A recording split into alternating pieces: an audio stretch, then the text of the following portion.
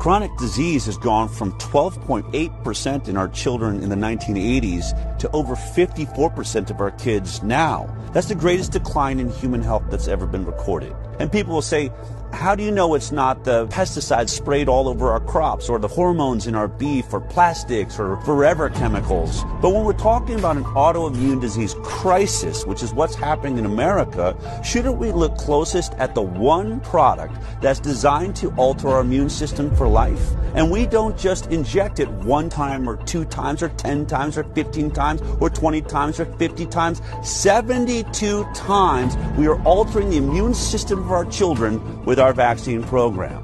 There'd be one easy study to rule it out.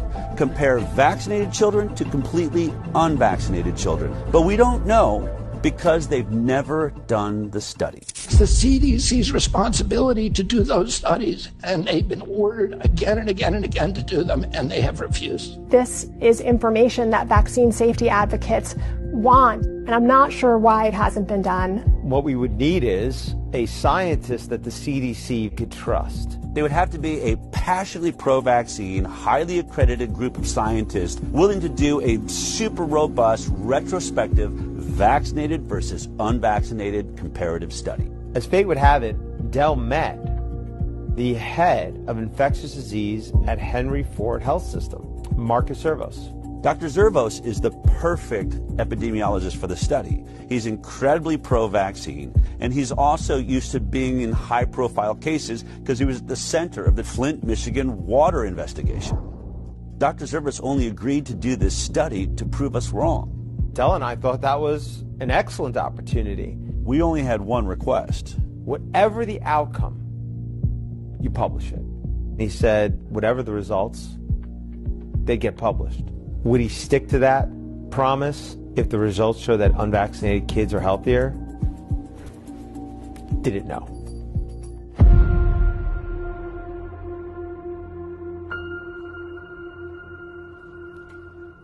Impact of childhood vaccination on short and long-term chronic health outcomes in children, a birth cohort study.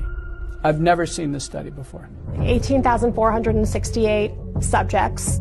Henry Ford, like other institutions, has a bias towards the goodness of vaccines. If the results came back demonstrating that the battery of vaccines was associated with chronic diseases, such a result would be particularly convincing. This could be essentially one of the most valuable studies in the field.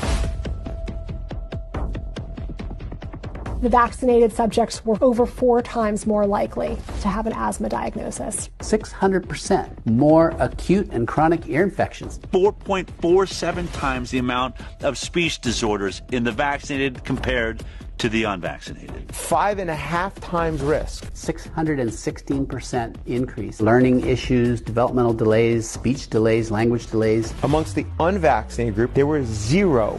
There was 0 brain dysfunction, 0 diabetes, 0 behavioral problems, 0 learning disabilities, 0 intellectual disabilities, 0 tics, and 0 other psychological disabilities. None. It's a big difference.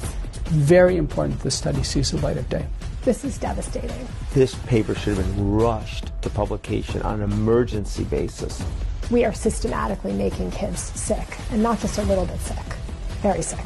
This may be the most important study that has ever been done, and it needs to be published. He knows if he puts his name on this, his career is over. I mean, obviously, really emotional. Zervos probably going to lose his job over this.